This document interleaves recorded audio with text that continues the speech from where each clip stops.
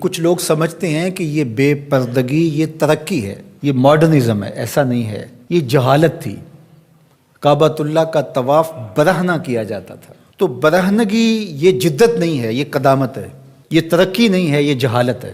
اس سے اسلام نے نکالا ہے اور پردے کی طرف اسلام انسانیت کو لے کر کے آیا ہے۔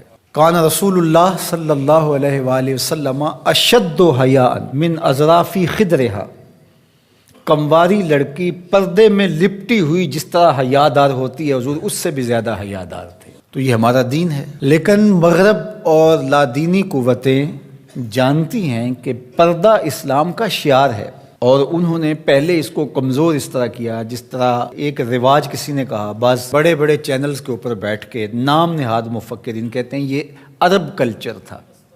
عرب کلچر تو برہنگی تھا، عرب کلچر تو برہنہ طواف کرنے کا تھا، گھروں پہ جھنڈے بدکار خواتین کے چھتوں کے اوپر عرب میں لگتے تھے۔ تو یہ پردے کا تصور کلچر نہیں ہے، بلکہ یہ سنت زہرا سلام اللہ علیہا۔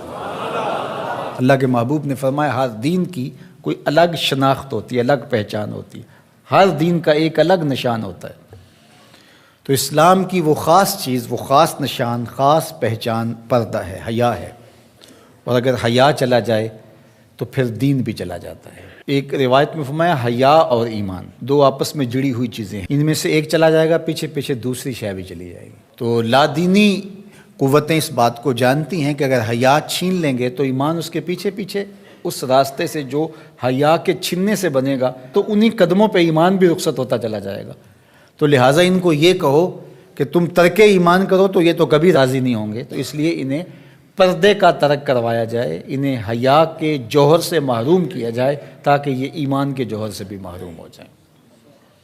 تو پھر انہوں نے کئی رنگ تراشے، کبھی کہا کہ نظر کا پردہ ہے، کبھی کہا کہ پردہ تو انسان کے دل میں ہوتا ہے۔ تو مجھے بتاؤ آج کا شخص جو شہوتوں سے لتھڑا ہوا ہے، جہاں شہوات کی گندی ہوائیں چل رہی ہیں، اس ماحول کے اندر اگر کوئی یہ بات کہے تو کتنی عجیب ہے، جس ماحول میں تقدس کی باد صبا چلتی تھی اور وحی اترتی تھی، اور جبریل کو وحی لے کر کے آتے صحابہ نے دیکھا تھا، اور قرآن اترتا تھا، اور قرآن پڑھانے والے سکھانے والے خود صاحب قرآن تھے۔ وہ صحابہ، ان کو جب پردے کا حکم دیا گیا اور ان کو نظریں نیچی رکھنے کا حکم دیا گیا، تو میں اور آپ کون ہوتے ہیں؟ جب ابو بکر و عمر کو کہا گیا کہ نگاہوں کو نیچا رکھنا، جب عثمان و علی سے کہا گیا کہ نگاہوں کو نیچا رکھنا، جب سیدہ عائشہ، حضرت ام سلمہ، حضرت میمونہ، حضرت زینب، سیدہ فاطمہ تو زہرا سے کہا گیا کہ تم اپنے پردے کی حفاظت کرنا،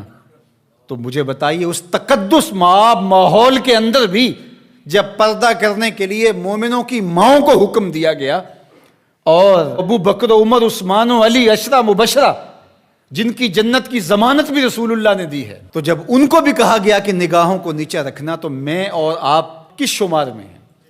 تو یہ ایک نفس کی کہانی ہے جو ہم گھر کے بیٹھ کے کہا کوئی بات نہیں جی، پردہ تو دل کا ہوتا ہے۔ بحالت مجبوری خواتین کو گھر سے نکلنا پڑتا ہے، لیکن اس میں بھی اس کو تاکید کی گئی کہ تیرا پردہ کسی صورت کے اندر بھی ختم نہیں ہونا چاہیے۔ میں خراج پیش کرنا چاہتا تھا یہاں ہماری ہمسائیگی کے اندر اس خاتون کو جس نے اللہ اکبر کا نعرہ لگا کر کے بتلایا کہ یہ امت ابھی بھانج نہیں ہوئی، اس امت میں آج بھی بیٹیاں موجود ہیں جو اپنی آبرو پر پہرا دے سکتی ہیں، اور یہ حالات بتاتے ہیں کہ یہ امت مرنے کے لیے نہیں، قیامت تک قائم رہنے کے لیے پیدا ہوئی ہے انشاءاللہ۔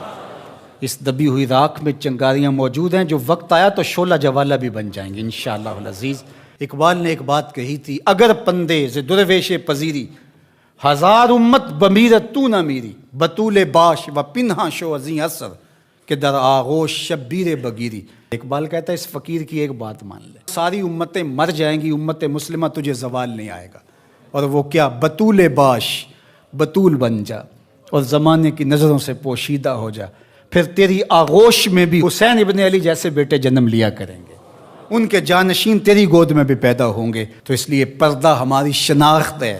آج جو کہتی ہیں جناب پردہ پردہ، یہ کیا ہے؟ یہ تو کٹھ ملا کی اصطلاح ہے، کچھ بولتی ہے جناب یہ دقیانوسیت ہے، کوئی کہتی ہے یہ زمانہ قدیم کی کہانیاں ہیں۔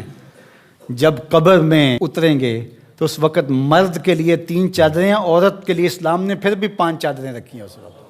اس کا کفن بھی الگ رکھا ہے اس لیے کہ وہ پردے کی چیز ہے. تو کیا کوئی عورت کہتی ہے کہ مجھے اسکرٹ میں دفن کر دیا جائے، میں بے پردہ قبر میں جانا چاہتی ہوں؟ اس وقت تو سب کہتے ہیں تنیاں بھی باندھ دی جائیں، اس وقت محارم قریب آ جائیں جو لحد میں اتاریں. تو اگر زندگی کے بعد بھی پردے میں لپٹ کے جانا ہے تو ساری زندگی سیدہ فاطمہ کی غلامی میں بسر کر دیے جائیں، ان کی کنیز بن کے زندگی گزاریں.